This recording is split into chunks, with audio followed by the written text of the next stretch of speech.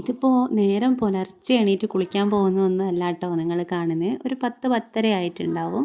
രാവിലെ പുലർച്ചെ എണീറ്റ് നമ്മൾ ബ്രഹ്മമുഹൂർത്ത വിളക്കെല്ലാം വെച്ച് പുലർച്ചെ കുളിക്കുക എന്ന് പറയുന്നത് എൻ്റെ ശരീരത്തിന് അത്രയ്ക്ക് അങ്ങോട്ട് പിടിക്കുന്ന കാര്യമൊന്നും അല്ല കേട്ടോ. കാരണം എനിക്ക് ബാക്ക് പെയിൻ ഉണ്ട്. പോരാത്തതിന് രാവിലെ നേരത്തെ കുളിച്ച് കഴിഞ്ഞാൽ ശ്വാസം മുട്ടലിൻ്റെ ഒരു പ്രശ്നമുണ്ട്. അപ്പോൾ പിന്നെ എന്തായാലും അത് നടക്കില്ല. നടക്കാത്ത കാര്യം ആയതുകൊണ്ടായിരിക്കും അതെനിക്ക് ഭയങ്കര ഇഷ്ടമുള്ള കാര്യമാണ് കേട്ടോ. കുളിച്ച് വന്നാൽ സാധാരണ നേരെ ചെയ്യുന്ന പണിയൊന്നും അല്ല കേട്ടോ ഇത്.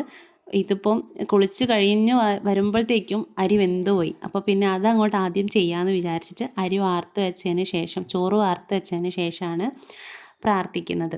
സാധാരണ കുളി കഴിഞ്ഞാൽ നേരെ പോവുക കണ്ണൻ്റെ അടുത്തേക്കാണ്. അവിടെ പോയി ഒന്ന് മുഖം കാണിച്ചിട്ട് ഇങ്ങ് പോരും. പ്രത്യേകിച്ച് വലിയ പ്രാർത്ഥനയോ വിളക്ക് വെക്കലോ ഒന്നും അല്ല.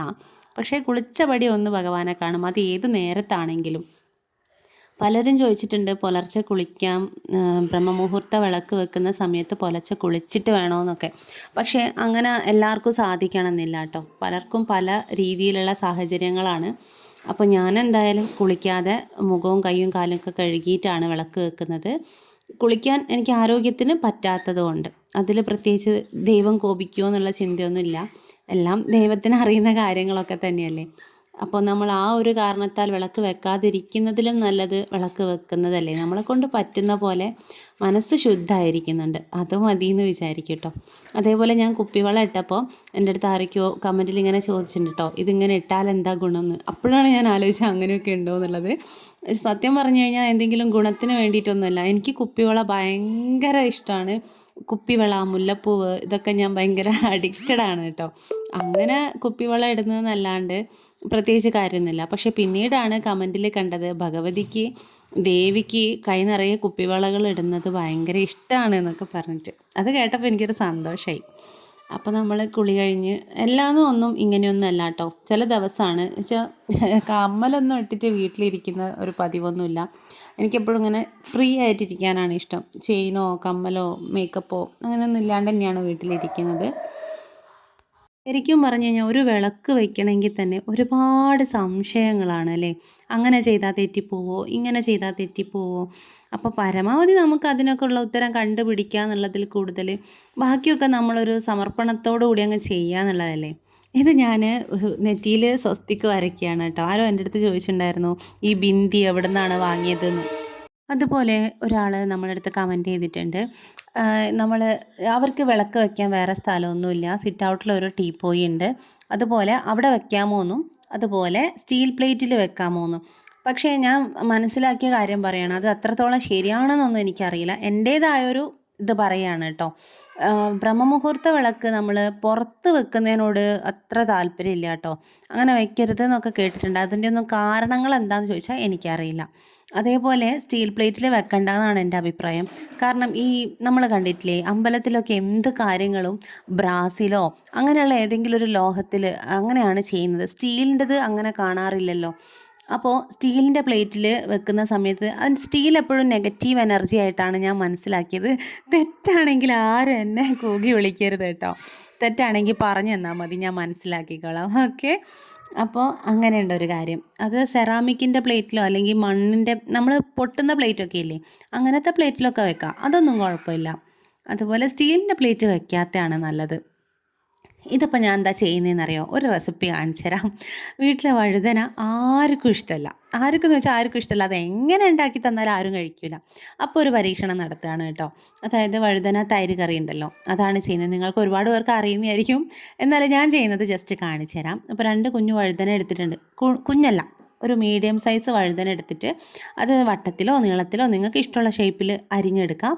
എന്നിട്ട് അതിനകത്തേക്ക് നമ്മൾ ജസ്റ്റ് മാരിനേറ്റ് ചെയ്തിട്ട് അതൊന്ന് പൊരിച്ചെടുക്കുകയാണ് ചെയ്യുന്നത്. ആദ്യത്തെ സ്റ്റെപ്പ് അതാണ് കേട്ടോ. അപ്പോൾ ജസ്റ്റ് മഞ്ഞൾ, ഉപ്പ്, മുളക് ഇത്രയും മാത്രമേ ഇട്ടുള്ളൂ.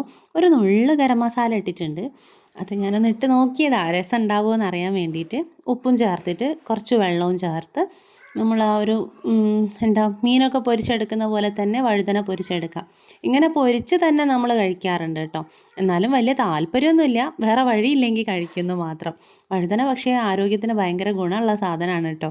അപ്പോൾ അതങ്ങോട്ട് മാറ്റി വെച്ചിട്ട് പിന്നെ നമ്മൾ അടുപ്പ് ഓൺ ചെയ്ത് അത് പൊരിച്ചെടുക്കുകയാണ്.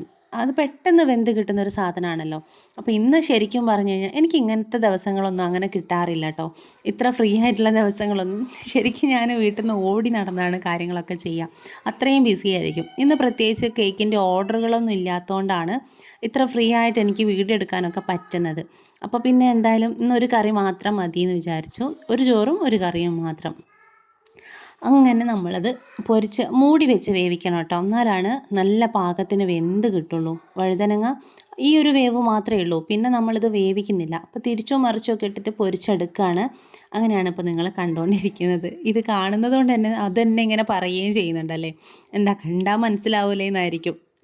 അങ്ങനെ നമ്മൾ കുഞ്ഞുള്ളിയാണ്, ചെറിയുള്ളി എന്നാണ് കേട്ടോ ഞാൻ പറയാം. കുഞ്ഞുള്ളി എന്നാണ് എല്ലാവരും പറഞ്ഞു കേട്ടത്. മനസ്സിലാവാതായി പോകണ്ട വിചാരിച്ചിട്ട് പറഞ്ഞതാണേ. ചെറിയുള്ളിക്ക് പകരം എനിക്കിപ്പോൾ തൽക്കാലം വലിയുള്ളിയാണ് വീട്ടിലുള്ളൂ. അപ്പോൾ വലിയുള്ളി ഒന്ന് ചെറുതായിട്ട് അരിഞ്ഞെടുത്തിട്ടുണ്ട്. ഒരു പച്ചമുളകും 2 വറ്റൽമുളകും. ഇത് പൊരിച്ചതിന് ശേഷം ഫ്രൈ ചെയ്തെടുത്തതിന് ശേഷം നമ്മൾ കറി ഉണ്ടാക്കാനുള്ള പാത്രം അടുപ്പത്തോട്ട് വെച്ചിട്ട് വെളിച്ചെണ്ണയാണ് ഞാനിവിടെ ഉപയോഗിക്കുന്നത്. ഒരു 2-3 വേണ്ട, ഒരു 2 ടേബിൾ സ്പൂൺ വെളിച്ചെണ്ണ ഒഴിച്ചിട്ട് കടുക് പൊട്ടിക്കുകയാണ്. കടുക് പൊട്ടി തുടങ്ങിയപ്പോഴാണ് മനസ്സിലായത്. അപ്പോൾ ഇതിപ്പോൾ വീഡിയോ എടുത്തുകൊണ്ടിരിക്കുന്നത് ഫോണിലാണല്ലോ. ഫോണിൻ്റെ ചില്ലിലേക്കൊക്കെ ഇങ്ങനെ കടുക് പൊട്ടിത്തെറിച്ചപ്പോൾ ഞാനത് മൂടി വെച്ചു. അടങ്ങിയിരിക്കുക. അങ്ങനെ അത് മൂടി വെച്ച് പൊട്ടിത്തെറിയൊക്കെ കഴിഞ്ഞ ശേഷം ഒന്ന് ഓപ്പൺ ആക്കി നോക്കി. അതിനുശേഷം ഒരു 1/4 ടീസ്പൂൺ ജീരകം, ചെറിയ ജീരകമില്ലേ, മണമുള്ള പെരുംജീരകമല്ല, സാദാ ജീരകം, അതും പിന്നെ ഉള്ളിയാണ്. ഉള്ളി നമ്മളൊന്ന് ഞെരടിയിട്ടാണ് ഇട്ട് കൊടുക്കുന്നത്. കാരണം വലിയ ഉള്ളിയാണല്ലോ. ചെറിയ ഉള്ളി ആണെങ്കിൽ പിന്നെ കുറച്ച് മതി. അതെല്ലാം കൂടെ ഒന്നിട്ട് വഴറ്റിയതിന് ശേഷം പിന്നെ വറ്റൽമുളകൊന്ന് കീറിയിട്ട് കൊടുക്കുകയാണ്. പിന്നെ അതിന് ശേഷം പച്ചമുളക് അരിഞ്ഞു വെച്ചല്ലോ, അതും കൂടെ ഇട്ട് കൊടുക്കും. പിന്നെ എന്താണ് ഇടാനുള്ളത്? 2 തണ്ട് കറിവേപ്പില. ഇത്രയും മാത്രമാണ്. ഇത് താളിക്കലാണ് ശരിക്കും. ഇത് നമ്മൾ ഒന്നുകിൽ തൈരിലേക്ക് ഇത് ഒഴിച്ചു കൊടുക്കുക, അല്ലെങ്കിൽ ഇതിലേക്ക് തൈര് ഒഴിക്കാം. എന്തായാലും കുഴപ്പമൊന്നുമില്ല. അപ്പോൾ ഞാൻ എന്തായാലും തൈര് ഒഴിച്ചതിന് ശേഷം ഫ്ലെയിമൊന്നും വെക്കുന്നില്ല. ഇതൊന്ന് ജസ്റ്റ് മൊരിഞ്ഞ ആ ഒരു രീതിയിലേക്ക് വറവിടുന്ന ആ ഒരു പാകത്തിന് എത്തുമ്പോൾ കറിവേപ്പില ഇട്ട് കൊടുക്കും. കറിവേപ്പില ശരിക്കും എന്തിനാണ് ഇടുന്നതെന്നൊന്നും എനിക്ക് അറിയില്ലായിരുന്നു കേട്ടോ. അത് ആ ജലാംശത്തിന് ഫുള്ളായിട്ട് തീർക്കുക എന്നുള്ളതാണെന്ന് തോന്നുന്നു. അങ്ങനെ എന്തോ കേട്ടിട്ടുണ്ട്. ഒരു നുള്ളു മഞ്ഞൾ അതിനുള്ളിൽ കൂടെ ഇട്ട എന്താണെന്ന് വെച്ച് കഴിഞ്ഞാൽ എൻ്റെ മോന് കറിക്ക് കളറില്ലെങ്കിൽ അവന് ഇഷ്ടമല്ല, കഴിക്കാൻ ഇഷ്ടമല്ല. അപ്പം അവൻ്റെ കാഴ്ചയ്ക്ക് കളർ ഇരിക്കട്ടെ എന്ന് വിചാരിച്ചിട്ട് കുറച്ച് മഞ്ഞൾപ്പൊടി അതും ഇട്ട് കറിവേപ്പിലയും കൂടെ ഇട്ട് ഒന്ന് ഇളക്കി വറവെല്ലാം റെഡിയായി. അതിന് ശേഷം നമ്മൾ ഒരു പാക്കറ്റ് തൈരിൻ്റെ ഒരു 1/4 ഭാഗം എടുത്തിട്ടുണ്ട് കേട്ടോ.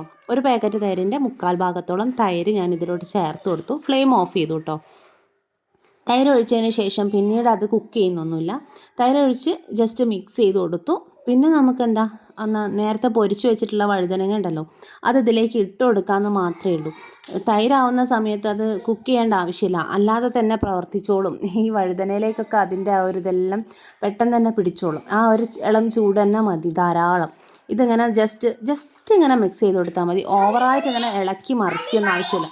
ഈ പറഞ്ഞു കഴിഞ്ഞാൽ ഇത്ര സിമ്പിളായിട്ടാണ് ഈ കേക്ക് സോറി കേട്ടോ.